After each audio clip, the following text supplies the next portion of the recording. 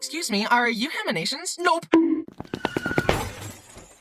Hi, I'm Bryson, and I have upwards of 6 subscribers, which means instead of getting a real job, I make internet videos. My mom is probably so proud of me. Since I have a following, that means that on the very rare occasions when I step outside, sometimes other people spot me in the wild and have the audacity to come talk to me like we're equals or something.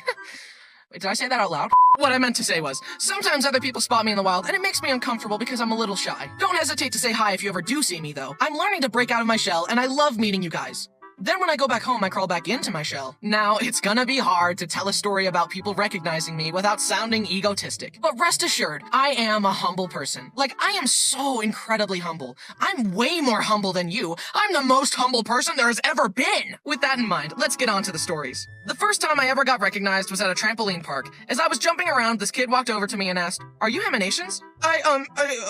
Yes? I'm not crying, you are. I like your videos. I was so shocked because unless a person catches me, I definitely hide the fact that I do YouTube because I'm embarrassed that I never got a real job and that I'm a college dropout. So whenever people ask me what I do for a living, I timidly say, yeah, I'm an animator. However, my family definitely does not feel the same. Every chance they get, they're like, he's a famous YouTuber. He's got over 2 million subscribers, and he makes a lot of money. To people I barely know, which obviously I don't like because I hate bragging and I don't want this person I just met knowing that I dropped out of college for internet views. For instance, one time my family was at an Olive Garden, and the waiter asked, shouldn't you be in school? Haha, no. What, is it a day off? Well, I don't go to school because I'm working. What do you do for work? I'm an animator. Anyway, what kind of animator? Like, bro, stop grilling me and go get me some breadsticks. And this whole time, my mom is just using all her restraint to not expose me. But for the first time ever, she kept her mouth shut. I was safe. That time. But here's a time my family wasn't so considerate. I was taking Bo for a walk with my brother Brody and his wife Jen, and I was looking crusty that evening. It was a messy hair and sweatpants kind of day. For the 5th day in a row. Anyway, we had a nice walk and stopped at a playground and started casually chatting and swinging. Just as I was thinking about telling Bo to go down a slide, one of the kids says, are any of you guys YouTubers? Nope. Look, I didn't want to get caught, especially since I was looking crusty, okay? Are you sure? We heard someone say the name Bryson. Huh, that's weird. At this moment, Brody and Jen couldn't hold it in anymore, and they yelled, That's Bryson from Haminations! Get him! The 2 boys rushed me and started bombarding me with questions. So how old are you? Where do you live? Can I come to your house? What's your social security number? Then the older boy very powerfully says, I want to be in a video. He didn't ask by saying, can I be in a video? He demanded it. You've got some dang nerve, kid. But I guess it works because he's in a video now. This other time, I was at a dim sum restaurant with my family, and while I'm chowing down on dumplings like a pig, a boy at the table in front of us noticed me. He asked if I was Haminations, but like a true crusty celebrity, I was elegantly inhaling a pork bun, so I didn't hear. But suddenly I hear Brody say, Yup, that's Haminations. he exposed me again! The boy screamed, I met a YouTuber? And I'm just sitting there with my mouth full like an idiot.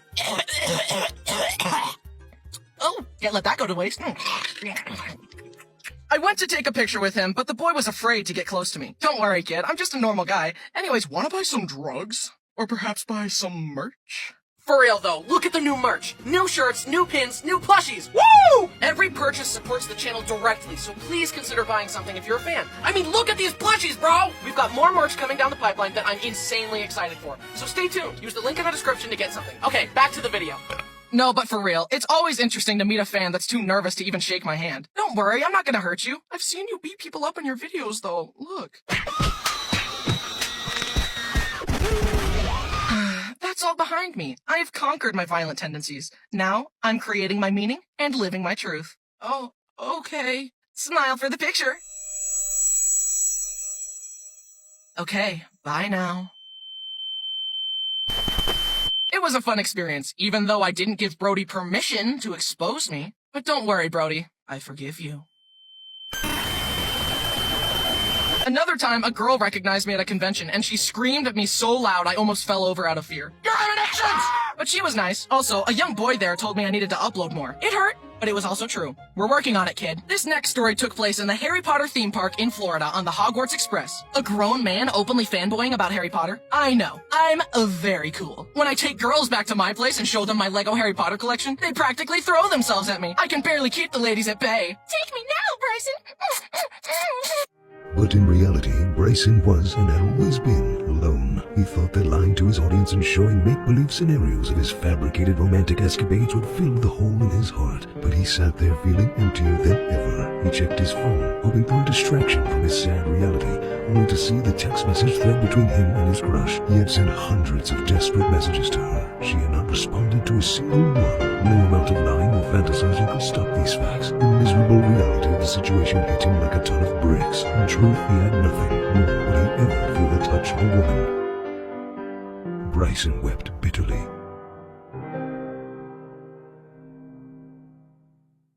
So there I was in my Hufflepuff cloak, waiting for the Hogwarts Express. I noticed a family behind me and a boy looking at me. I smiled at him and looked away, but then I noticed in line that he was staring at me. We get seated on the train, and I hear him whisper to his mom something about YouTubers, and I thought I heard him say, "Emanations." I'm caught, I thought to myself. And he said, "So, what are y'all's names?" This kid was good. There was nothing I could do. He knew, and I knew.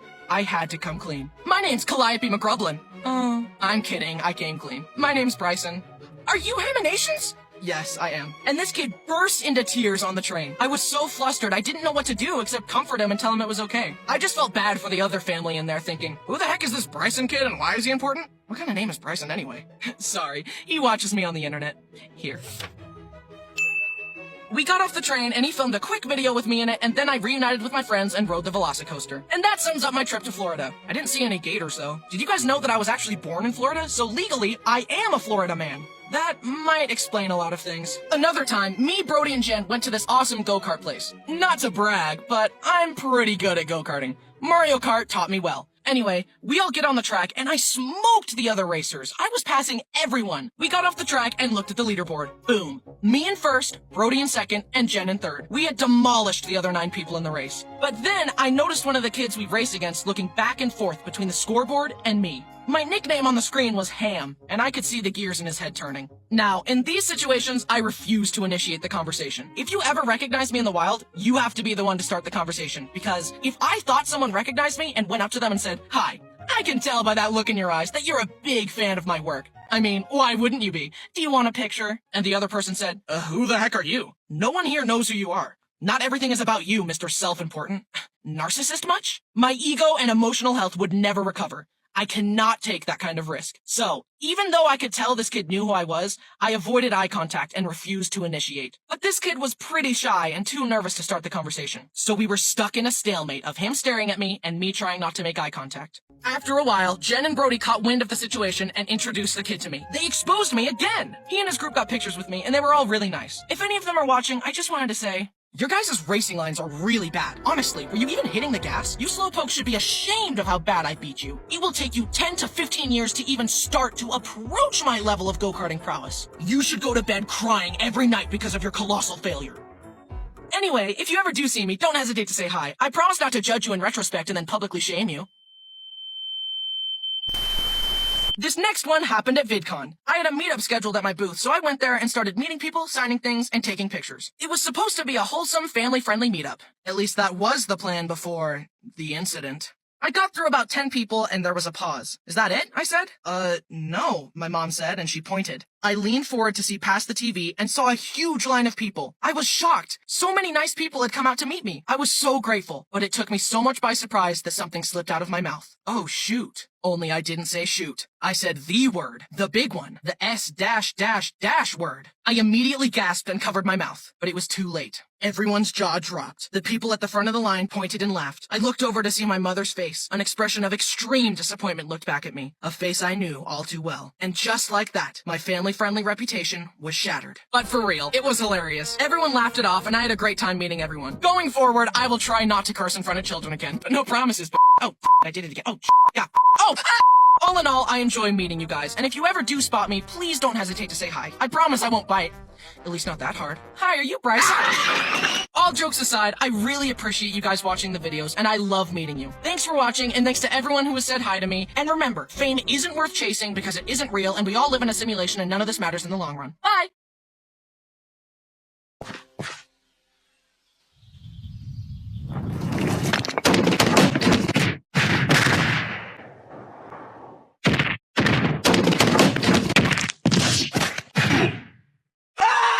Hi, I'm Bryson, and today I'm going to talk about the times I got hurt and then my entire nervous system went I've never broken a bone, though. Wow, Bryson, you've never broken a bone? Your pain is irrelevant, you stupid idiot.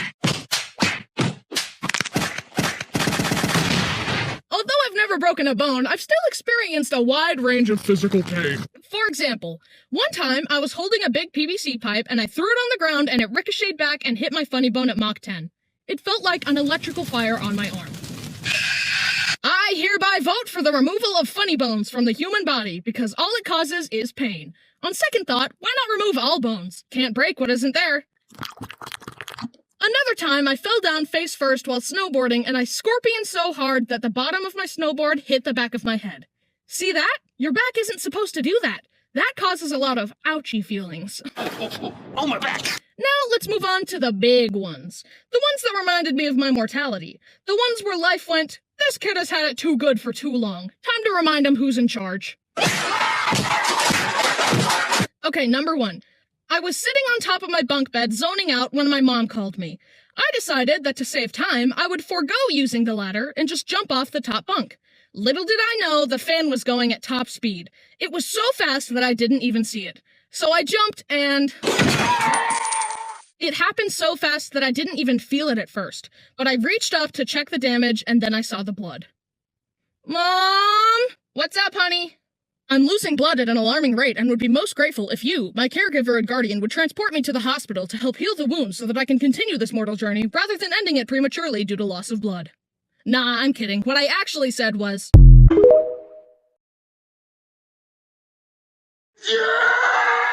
This other time, me and my brothers were bonding with Dad. How? Dad would pull down the basketball hoop, let one of us grab on, and then he'd let go and it would slingshot us into the air. Obviously. Anyway, I could see my brothers doing it, and I wanted to turn. Okay, 3, 2, 1... My head slammed into the basketball rim, and that's naturally where my memory stops. My parents say that it scalped me a little bit, and that I have a little bald spot. However, I have so much hair that neither I nor my parents have ever been able to find this so-called bald spot. I guess it's not there after all. This other time, I was really young, and my older brother was in an argument with Mom. Now, being in my family, you learn to tune things out because yelling and screaming and fighting is all commonplace. Don't worry, we make up afterwards. But anyways, as Mom and Brody were arguing, I was all like, wow, this door hinge looks pretty cool. I should put my fingers in there. Just then, the argument came to a climax, and Brody slammed the door shut as hard as he could. Onto my fingers. My fingers bent every which way. They looked like rubber. We went to the doctor, and surprisingly, nothing was broken. When you're really young, your bones are still soft and springy, and that's why they didn't break. Also, that's why some babies need to wear helmets, because otherwise, you might accidentally sculpt their soft head into a cone, like this. Okay, last story. One time, I was just chilling in my room with my brothers. We had a punching bag hanging under one of the loft beds, and we would take turns tackling it. It was my turn, and the punching bag was swinging, but I was too young to understand how momentum worked. So I dove for it, it swung out of the way, and my face slammed into the wall. I was taken to the hospital, and as my mom tells me, the doctors had to clean the wound, but I wouldn't let them for some reason. So they put me in a straitjacket, and I screamed, "Stop touching me! Stop touching me! Do you speak English? Stop touching me!" And then they hit me with that good sleep juice. I'm tired. Anyway, I got stitches, and now I have a cool scar across my eyebrow. Thank you for taking a trip down memory lane with me. Down memory pain with me. It all hurt a lot. But Bryson, I've never been injured before. Well, we can fix that. How?